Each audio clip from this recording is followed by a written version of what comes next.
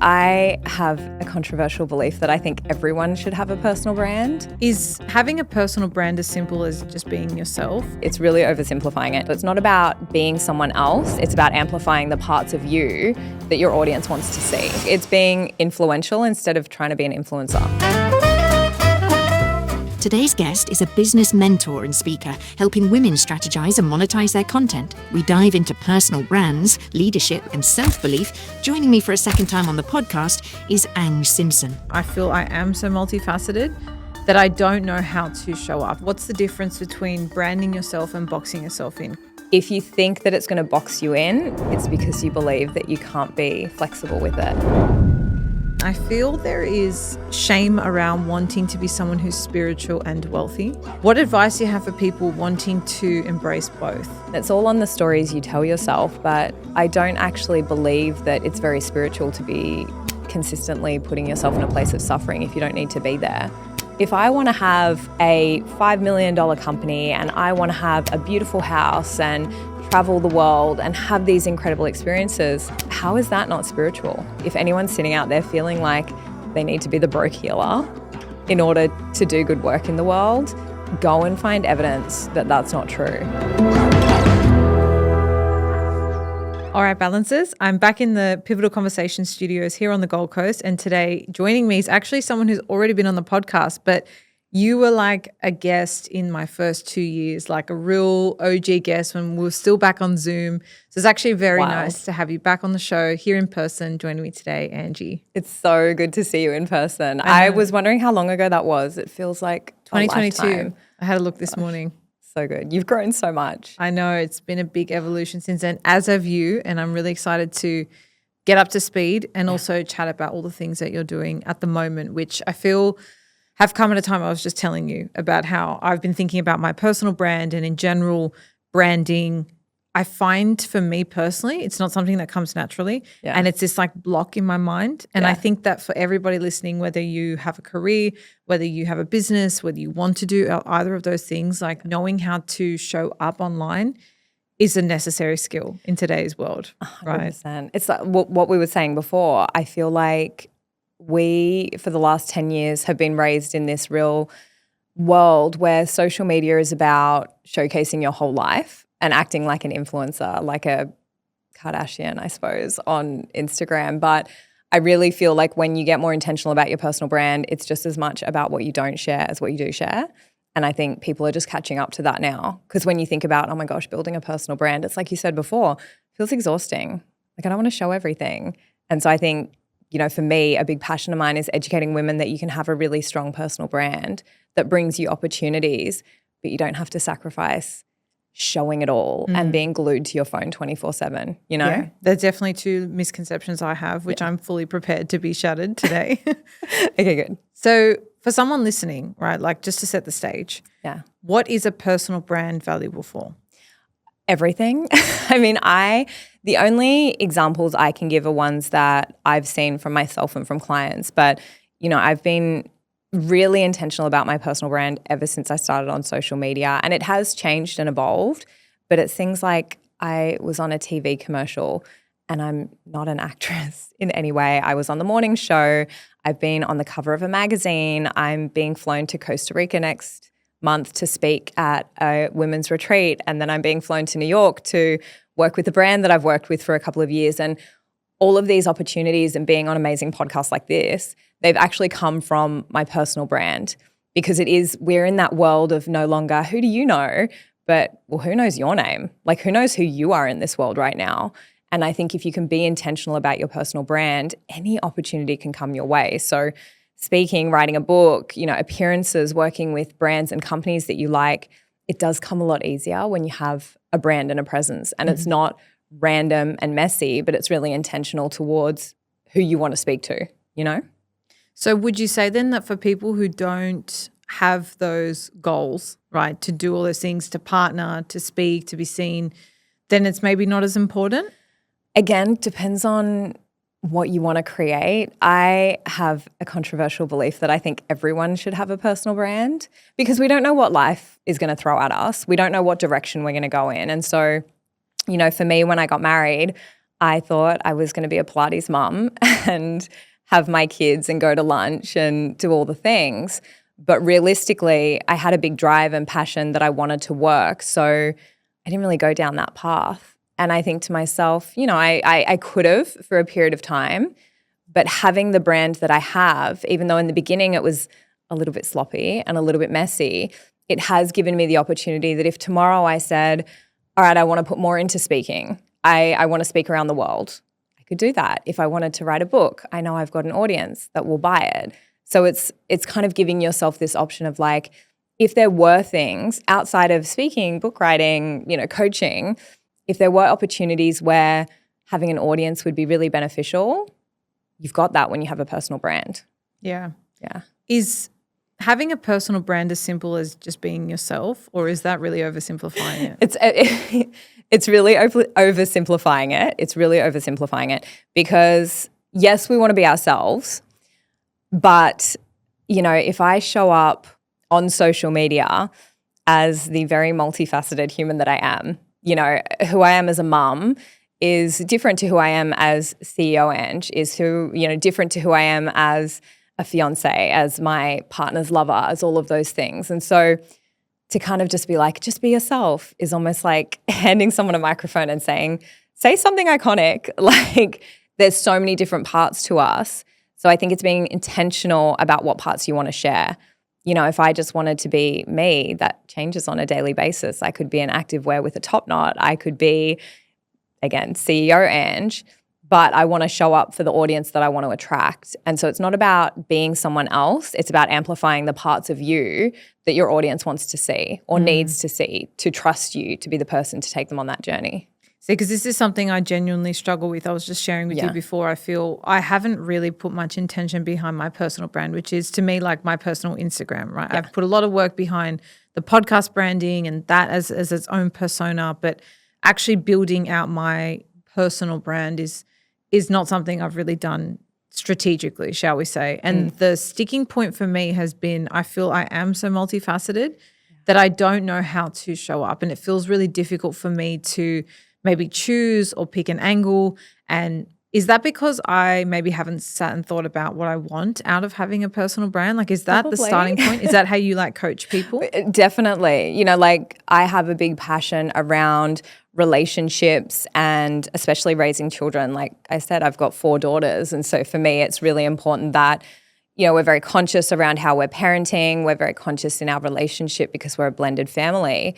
And that's a huge part of my life, but I actually don't share it on social media because I don't have any intention of being a parenting coach or relationship coach. I don't want to be, put in any type of spotlight for those things, right? And so while it's a part of my life, it's not a part that I ever really want to leverage or monetize, right? So you purely look at your personal brand as almost like a business, right? So it's 100%. very angled and strategic. It's not just like you've just made me think maybe my hurdle has been that I've been looking at my personal Instagram as like, I just share my life here. Yeah. There's been no direction or strategy with it. Yeah, it's like it's being influential instead of trying to be an influencer, right? And so it's thinking, again, what do I want to share? But what do I actually want to keep sacred to me?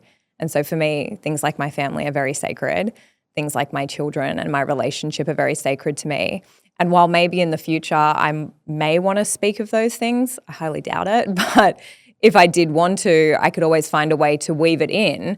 But right now it's not an interest for me. So I don't share that stuff. And my kids are also of an age where they don't necessarily want to be shown on social media. Sure. They want to have the choice of what's posted about them. So I don't post them because they don't want to be posted. Yeah, that makes sense. If you're not yet taking collagen, you might be missing out on one of the simplest ways to support your hair, skin, and joints. I recently learned that by the time you hit your 20s, your body starts producing less collagen every single year. That's why experts swear by supplementing it. So a few months ago, I started using one I actually trust. The product is called Collagen Beauty by Nutra Organics. And honestly, I have noticed a very big difference in my skin and hair health already. And I'm not alone. A recent consumer trial of the Collagen Beauty product saw 9 out of 10 women see significant improvements to their skin in just 8 weeks. What I love most about it is that it's made from whole food ingredients, including a premium blend of collagen peptides, whole food zinc, silica, and actually 100% of your daily recommended vitamin C intake. It's so easy to add into my morning routine. I just pop a scoop either in my overnight oats or my smoothie and I'm good to go. Lately, I've been obsessed with the vanilla flavor in my overnight oats, but they also have an unflavored option if you're going for something a bit more neutral. So if you're looking for a way to support your overall skin health, hydration, elasticity, and overall glow, this is it. And a little bonus for my mamas or mamas to be like me, Collagen Beauty is pregnancy, breastfeeding, and postpartum friendly. The team have kindly given us a code for 15% off. So head to nutraorganics.com.au, or you can hit the link in the show notes and use the code The Balance Theory at checkout. And by the way, they do ship internationally. So no matter where you're listening from, you'll be able to use the code and try the products for yourself. Let's get back into today's episode. What's kind of like the first step, right, for someone like me or anyone listening who has never really put any thought to it? Maybe they have done it for a brand or business they've done, but for themselves personally, like, is there something practical as a first step that you can start doing to really just start thinking about how am I going to show up? How do I want to show up? Yeah, I always say you want to think of your brand values, your personal brand values. So, I've mentioned my personal values, like I said, my health, my family, my relationship, things like that are my personal values. My brand values don't necessarily showcase all my personal values, right? I choose intentionally what are my brand values. And again, that's having the conversation with yourself of what do I want to keep sacred to me? What do I want to not share? But what do I really want to share?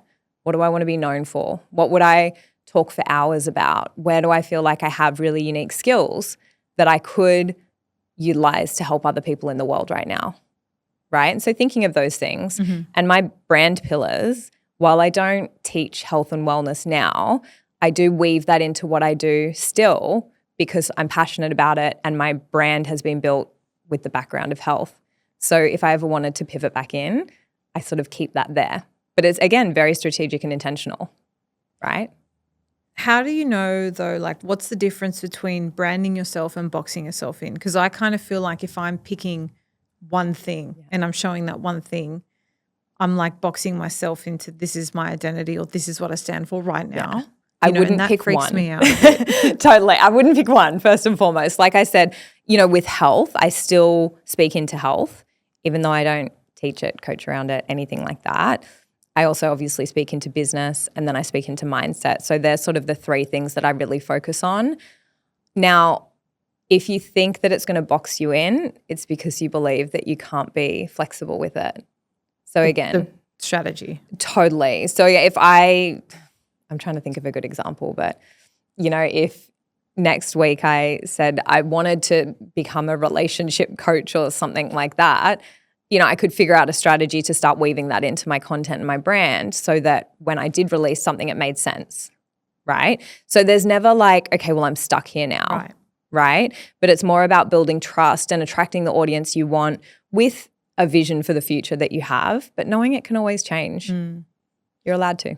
Yeah, I haven't really thought about it in this way where it's kind of like you're just building a foundation and it's just like showcasing something specific about your life, but that's still aligned true to your values, but it doesn't have to be everything. Yeah. In a way that will potentially lend itself to opportunities. Because I know first and foremost, like if you just put yourself in certain situations or just put things out there, like you honestly never know what comes back. So I'm a big advocate for that, and it doesn't, I don't even need to think twice about the benefits of doing something like this.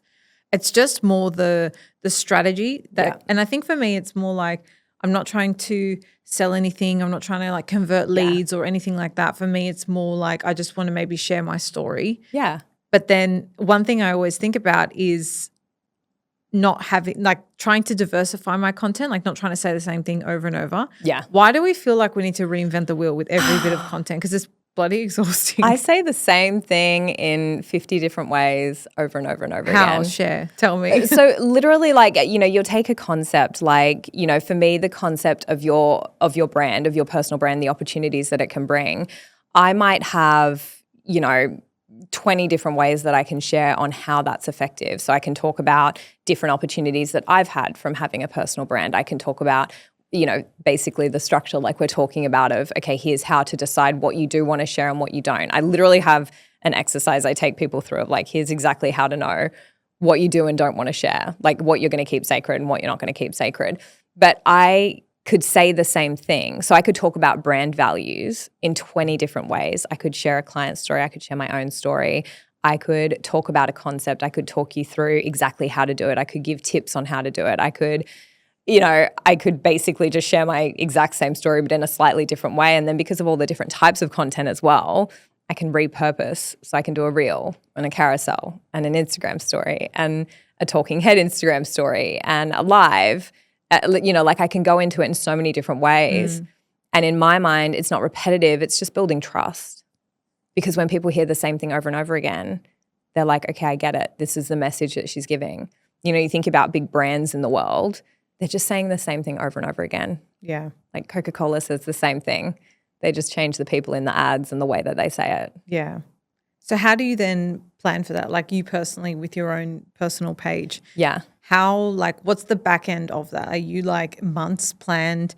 Do you have like planning days? You just do it on a weekly basis? You batch record? Like what does that actually look like? Because for me sometimes, and I'm sure a lot of people share this sentiment, it feels like overwhelming, like it's so much work. And like I've tried to do that every Sunday and I just can't get in the swing of it. Probably because I don't have my, brand values set out in the strategy. Yeah, you're like, what am I actually sharing? Like I just like, what should I throw at the wall this week and hope it sticks? But I'm inconsistent with that. So I know I need a bit more of a plan. But on your side, what does the planning side actually look like? What's the work involved? Yeah. First of all, don't do it on a Sunday. Energetically, Sunday is Sacred. Vitality Day. Yes. It's the day of vitality. It's like, it's not a work day. Don't do it on a Sunday. But look, I think for me personally, it's a weekly thing. I like to flow with my energy. I don't want to plan a month in advance because it just doesn't work for me. But what I do is every day and in my life, when I got here, I took a little video of the outside of the podcast studio.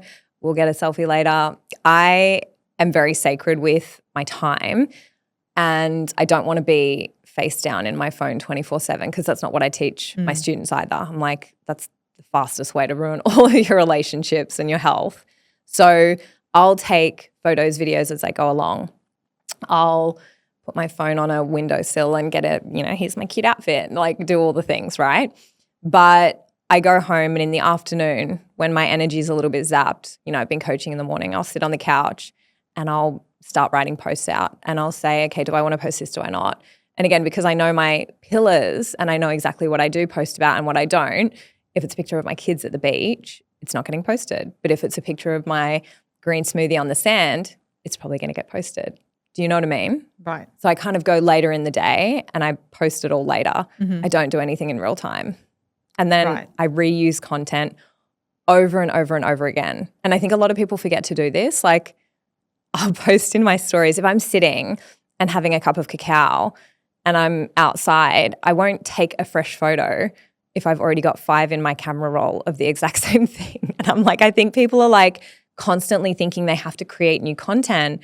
And I'm like, don't you just have something you can use? Like you don't have to keep doing it. Yeah, you know what I mean? Sense. Yeah, no, that makes sense. That's why I think it's so exhausting. So I'm like, oh my God, how am I going to, someone's seen this before, like isn't it exhausting for them? Like you think everyone's like on to every single post you've done, every single story. And they're so not.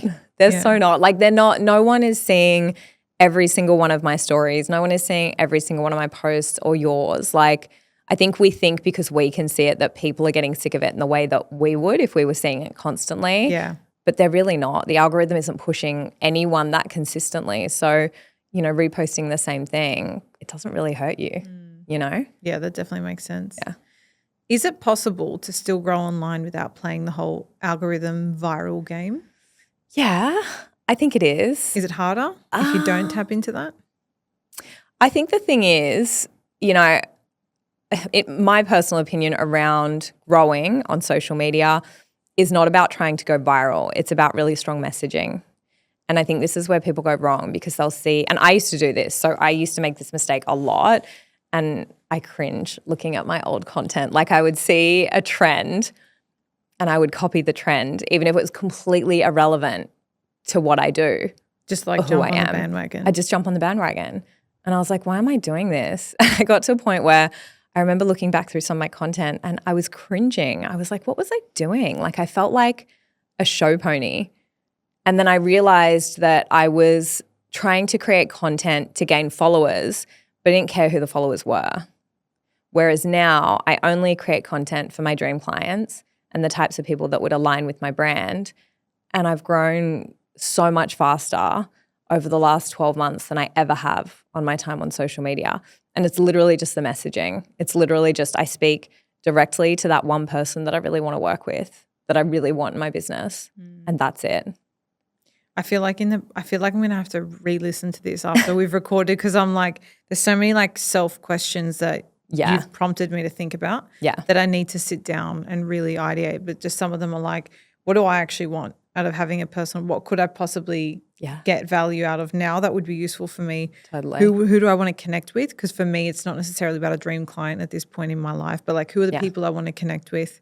And then what kind of messaging like aligns with them? Yeah. And that will then kind of steer what kind of content you post, right? Like it's like 100%. A whole looped exercise. Yeah. Yeah. And you really do, like, again, like you said at the start, like you so have to be intentional about this, because if you're just kind of throwing spaghetti at the wall and being like, well, we'll see what people respond to, first of all, for me, it wouldn't feel good to just be posting to see what people react to, because I don't want to post for other people. I want to post for what lights me up and what excites me and how I know I can add value to the world.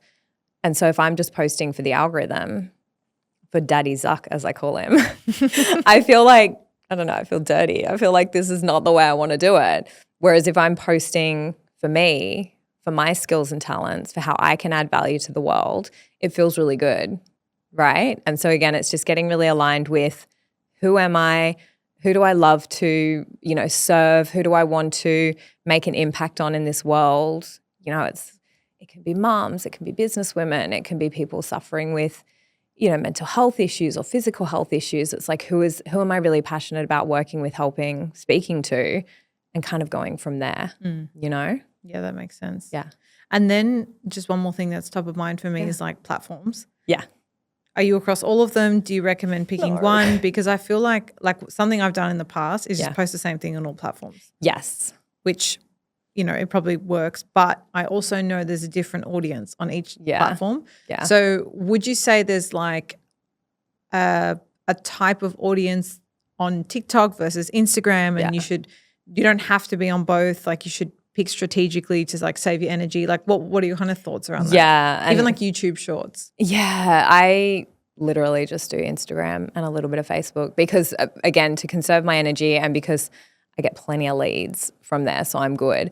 But I do know TikTok is not necessarily that it's a different audience, but it's a different way that they consume content, right? So it's like I go to TikTok when I want to search something.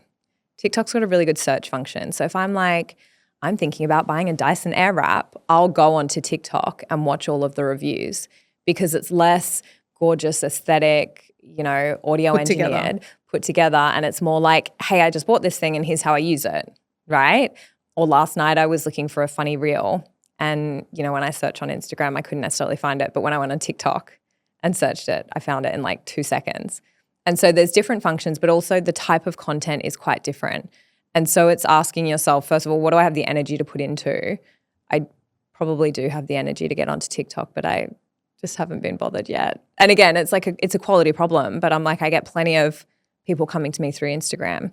If I needed to increase where I was getting leads from, I'd start looking at other platforms. But yes, like you can definitely do well through just reposting to each of them. But I would say if you really wanted to leverage it, you would create the content for the audience on the platform and how they consume there. Yeah. Interesting. And I think there is a slight difference in maybe demographic or user on both. Yeah. And it's just probably wrapping your head around that. But I'd say like, what are your thoughts on the stance of, for a personal brand, Instagram's probably a fine place to start? Yeah, I think it's a great place to start. Again, depending on who your audience is. Yeah. Like I worked with a girl who she literally has like social media growth ebook guide, but she does it for TikTok and her audience is TikTok because she's young and she's fun and she's that girl. She goes on Instagram and doesn't get a whole lot, whereas TikTok just worked really well for her because it's a slightly younger audience, right? And even the people more of my age and above, they're on there for different reasons, but we're so, I don't know, I'm like so connected to Instagram because we've had it for so long now, you know? It's like how our parents feel about Facebook. 100%. They're like, this is it. Why would you go anywhere else? Yeah. I get it. Okay, interesting. You've given me a lot of food for thought, and no doubt all the listeners as well on the topic of personal branding. Yeah. Some days after work are for folding the laundry and replying to emails, and others are for making very important plans with your couch and a tub of London Dairy ice cream. Because balance isn't just about getting things done. It's about knowing when to pause and create moments too. So if today's felt like a lot, consider this your sign to cancel the chores tonight and claim your moment with me. We've earned it. When I reached out to coordinate today, I was asking you kind of like what things are top of mind for you, you've been thinking about, because I always love not just asking you what I'm curious about in what you're doing, but also hearing like what things are interesting for you at the moment. Yeah. And one of the things you mentioned was this concept that every business elevation requires a personal elevation. Yeah. So what are your thoughts around that? Is that true? I'm like 100% it's true. In my experience. Would you say the same for like a career elevation? Same thing? I think so. And like, again, only can speak from my experience and that of my clients, but I see, you know, when they have a business elevation, you know, in order to hold more, it does require you to look at parts of your life where maybe you're settling, maybe your environment doesn't completely align, maybe you're spending time with people who don't light you up or who don't support you in your bigger dreams. Maybe there are habits or rituals that you're taking part in that really just don't fit in with where you're going anymore. And I think in order to be the woman who does hold it, there sometimes needs to be some pretty big changes. Do you think that these are always though, do you think it's if we reverse engineer it, do you think you can't have that elevation until you elevate all those things? Like they would hold you back? It'll happen organically anyway, because, you know, I've found through my business, through many different iterations, there's been drop off of habits, there's been drop off of people, there's been drop off of beliefs, like all of the things that have shifted as I've grown. And sometimes as I've maybe grown a bit stagnant, I've noticed certain things come back or certain things disappear. So I think it happens naturally. But if you can intentionally look at your life and say, okay, I'm wanting to move to this next level in my business, what does that look like and who's the woman who actually holds that? Often we find that there are things that we're doing that really don't fit in, you know, gossiping, you know, procrastinating, scrolling social media. Maybe it's drinking alcohol. Maybe it's, you know, spending time with people that don't necessarily support your dreams. It's a lot of things. And I think looking at that and saying, okay, what do I know needs to change in order to get to this next level? It can fast track the process in a big way. Definitely. Yeah. I always love talking about this idea of, you know, we all have goals and visions. The people that listen to this show are really, really ambitious. So we know what we want, right, and where we want to go. And I think a big part of closing the gap between where you are now and getting there is really thinking about who is this person and what does their life look like, right? And in doing that, you not only identify, okay, what are the things that they're doing that I'm not? Yeah. It's also what are the things that they're not doing that I'm currently doing? Yeah. And it gives you this really nice visual. Like it's an exercise I tell people to do, you know, have a look at how you're spending your time now, 7 days a week, mornings, after work, the night times especially, how you're starting and finishing your day. And how would that ideal version of you in the future be doing it differently? Yeah. And it gives you this really nice practical roadmap of like how you're going to close that gap. Because often you're thinking of yourself in the future and you're like, that feels so removed and so far from who I am. But when you reverse engineer it like that, it's actually just steps of cleaning up your routine. Because when you put all these things in place, you mentally elevate to a point where you, like you said, can hold space for that next evolution. Love that. So it's like, I don't know, I'm like a very practical person. So I like when I love talking about things like theoretically and like the beautiful concepts that sit behind all these things, but like I need to make it practical for it to like 100%. I can actually workshop this into my life. Yeah. You know? We're not going to get fit and healthy by like eating junk food and not going to the gym. Yeah, exactly. It's like the same in your business, right? It's like you're not going to hit that next level if you're doing the habits or not doing the habits that are required for that, you know? Yeah, and this is like a big passion of mine that sits behind the podcast. Like the whole concept of it is balance, right? And every guest comes in and talks about things unique to them and their journey that filters in so people can understand how to curate their own sense of balance. And I've got a formula that sits behind it. But I had a big pain point when I was kind of starting up the show where I would see people being very successful, but there was this huge toxic hustle culture where people would think, I have to do work and nothing but work in order to be successful. And I genuinely had this knowing of like, if I can prioritize the things that make me whole, my sleep, my food, my relationships, the way I show up in work is going to be optimized, right? I don't have to work 16 hours. I can work 8 and they're high quality hours. And so I was really on a mission to shift the way that we look at our success to be in a position where we're like, we don't have to choose between our health and being successful. And it's not a trade-off if you're not doing the hustle and nothing but the hustle. Yeah. Because, you see so many people achieve this amazing success. And I'm not saying you won't get there if you're doing the hustle and nothing but the hustle. Yeah. Because you do. Yeah. But what do you see on the other side? You see people that their health is fragmented, their relationships are broken down, and then that's work they need to backtrack and do. And so for me, because I know those things are important, when I think about these evolutions of myself, it's these areas are always front and center for me because it's not, you have to do the hustle, nothing but the hustle to elevate or grow. All these things actually are what helps you and prop you up, build your foundation so that you can do these things, I completely agree. I'm so on board with you on that. I think, again, like you said, you could get there if you just hustle, but I don't know, do you want to? I always say it's not whether you're going to get there, it's how you're going to get there. Yeah. And that for me is always really important to look at, like how am I actually moving in the direction I want? Is it in this hustle way where I'm not present and I'm not nurturing the things that fill my soul, or can I actually do it in a much more intentional way? Yeah. And still achieve the same, if not better. I actually think it's a better outcome when you can prioritize these things. But you're not engineered to think that way, No, I feel like we're almost raised of like, well, if you want it, you got to work hard and you got to stay up late and wake up early and it's got to be hard, it's got to be hard. And I'm like, I don't think it has to be hard. Like, I think there's definitely times where we've got to be smart. I think we've got to have the right mindset and be able to address our challenges in a strong way. But at the end of the day, I don't look at anything that I've created and think, God, that was so hard. I always, when people are like, this is hard, this is so challenging, I need to take a week off. I'm like, I'm not on the side of the M1 doing manual labor in the middle of the night. Like, I'm not, like, that to me is hard, right? That like physical labor, tiring, exhausting. I'm like, a lot of the stuff that's hard for my industry and what we do is getting out of your comfort zone and into the right mindset, and I'm like, again, choose your hard. Like, I would rather this than, again, like everyone says, the heart of your card declining at the grocery store, or the heart of telling your kids, we're on school holidays right now, like telling your kids, sorry, we can't do that because we can't afford it. I don't want the heart of, looking at my kids and being like, we could have had this holiday, but we couldn't get the money together, or we can't do this thing, or I can't spend time with you because I've got to go to a job that I hate. Like, that to me is hard. And I think when we think about the hustle, it's like, okay, no, it actually gets to be a lot easier if you're smart about it and you put your time in the right places. You don't let this thing mess you up, Yeah, and it's also like the way we've been programmed. Like, I was the same. And I think it comes from, humanity's gone through that whole industrial revolution where physical labor and time was extremely valued. The more you work, the more money you make and that kind of thing. And now we live in an era where we have the internet and people can really optimize their time. We have AI, which helps us cut down our workload. Yeah. We can work so much smarter.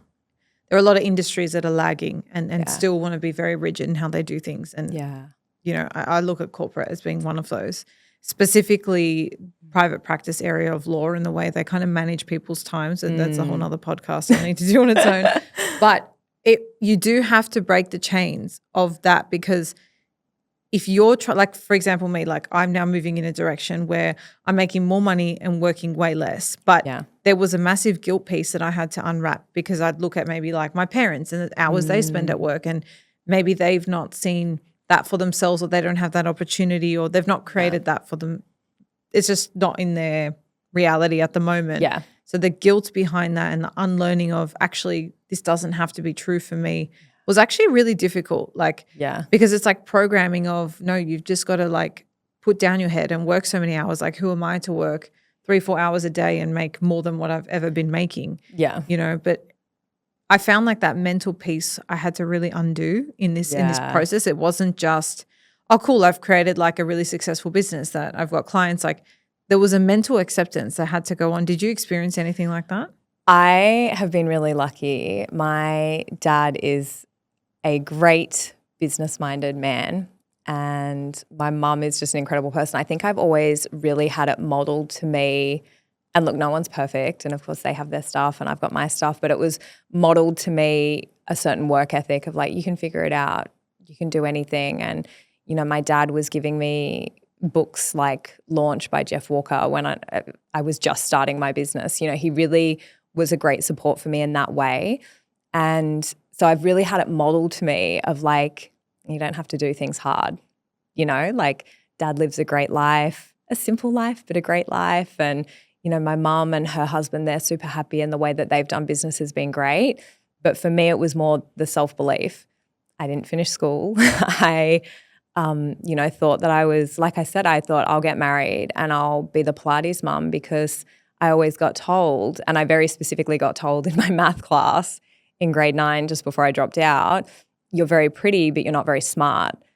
And so I was like, oh, okay, I don't have anything to give in the world of intellect, and I don't have, you know, whatever the story was that I created for that. So for me, the unlearning has been less about what I was taught from parents or modeled from my parents, and more about the belief people had in me. Interesting. That makes sense. Yeah. Yeah. How did you overcome that? Like, I mean, it's probably not a short answer, but it just fueled me. I was like, I'll show them. Yeah. Like, I was so, I had such a strong desire for a better life than what I knew was coming for me, you know, in so many different ways. And yeah, there's so many stories and so many ups and downs, but I knew what I'm in right now isn't it. You know, there's more for me, but I have to create it. And often I think about Mrs. Walker. She was so cute, and she meant well. Bless her little soul. She was so tiny. And, you know, I think she wasn't intentionally trying to pull me down in any way. And I think that's always been my reminder is, you know, she was trying to be kind in the way that she knew how, but also for anyone who did think that of me, you know, dumb blonde, all the things that come with growing up as a blonde child, I was like, I'll show them. And I remember when all my friends graduated uni, and, you know, they were starting in their corporate jobs, and I was like, wow, I make more money than my friends who have been at uni for years, and I'm doing it at home with my baby in my arms, and this is really cool. And so it's always fueled me more than brought me down. But it's still, you know, you have to have those moments where, you know, when you walk into a room and you go, okay, I need my big girl pants on. This is not grade 8 Ange who's being told that she's not good at math. This is CEO Ange who actually has done some really cool shit, you know? Good for you. Yeah. That's amazing. Yeah, I think we all have a choice, right? Like you can use it to fuel you, or you can use it to bring you down. Or stay stuck. Yeah. 100%. Yeah. No, that's very motivating. It's great to hear. And we wouldn't be here had you not made that choice. So it's inspiring, to say the least. And thanks to my brand. Absolutely.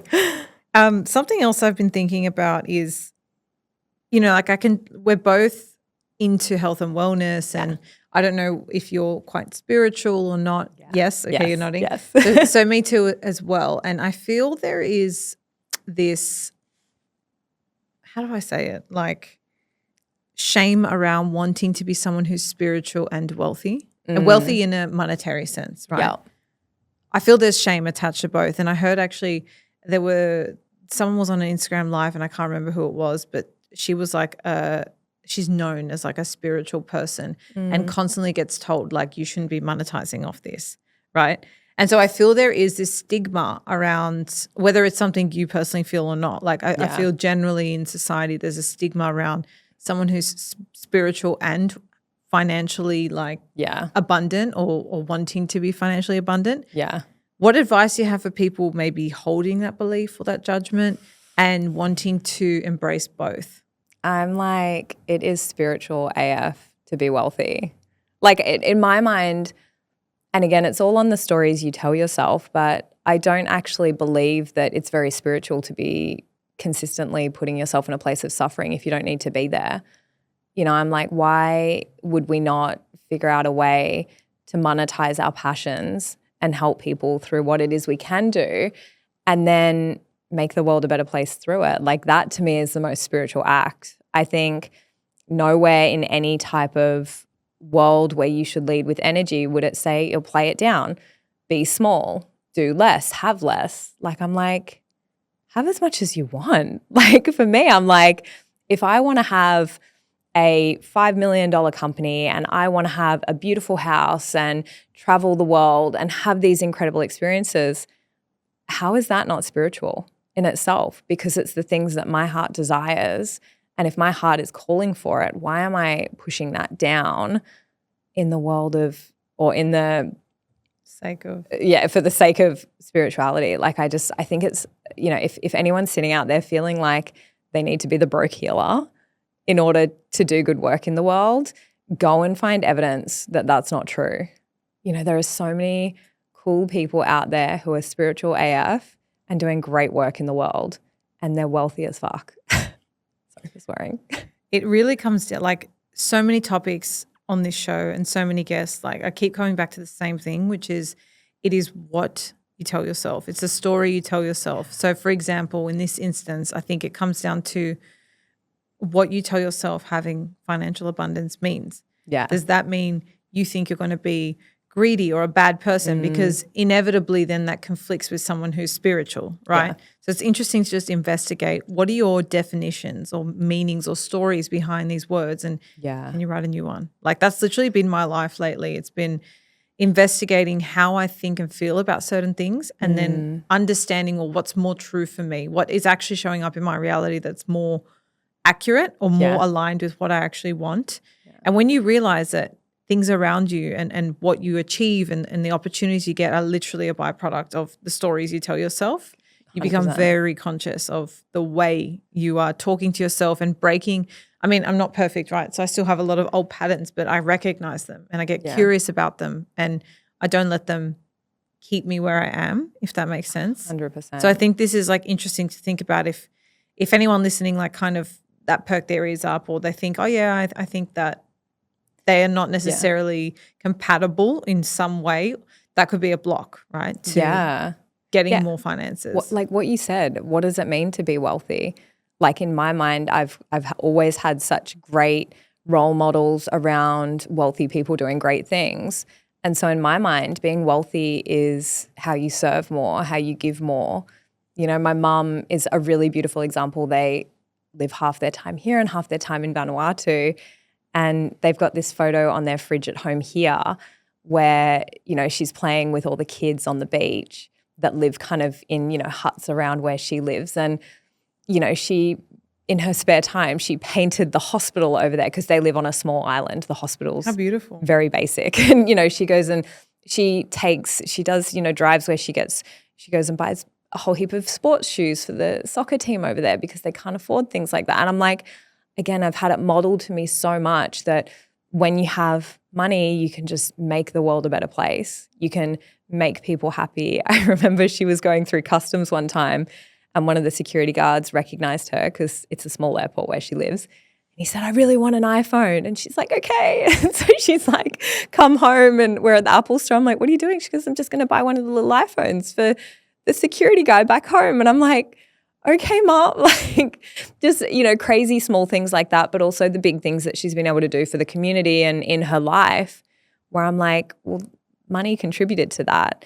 And she brings a lot of joy to a lot of people. Anyone that knows her knows she's just the most generous and kind person in the world. And I see that, you know, wealth has been a really incredible catalyst for her to do even more. So again, if your example is good and your stories are good, whereas if I was looking at someone saying, you know, they're wealthy and they used it for bad reasons, for bad intentions, it's easy to go and find a whole heap of evidence of that. But I'm just going to look at the things around me that prove that wealth is good, that it's clean, you know? Yeah, it really amplifies like who you are. Right? Yeah. So, and there are a mixed bag of people in this world. So be mindful who you're tuning into. Yeah. Money just makes you more of who you are. Literally. If you're a bit of an asshole, you're probably going to become more of an asshole. Yeah, I agree with that. Unless you do the work. Last question. I kind of want to circle back to what we were talking about before with the whole when you elevate yourself and your business, but kind of weave it into a bit of a finance question. So when you're having financial elevations, right? Yeah. When you're hitting that next milestone in your business, or like, how do you prepare or make more space for that when it feels like, I mean, maybe this is something you've more coached people on, because it sounds like you had like a really beautiful foundation to kind of accept this. Maybe not. Yeah. Maybe that's me assuming. I still had bad money stories, don't worry. Okay. So how did you prep for, like, because I'm kind of going through that now where I've started my business, it's been steady. I'm going through a little bit of a growth phase, and you know, it's not that it's uncomfortable, but it's just unfamiliar. Yeah. And I just wonder, is there anything practical I can be doing, or strategies, or just things I can be asking myself to facilitate this expansive kind of period? Yeah. So I've made a lot of money and I've wasted a lot of money, a lot. A couple of years ago, my cousin, her name's Betsy Westcott, she's a female finance coach, and she took me through some exercises that really helped me around the stories of money.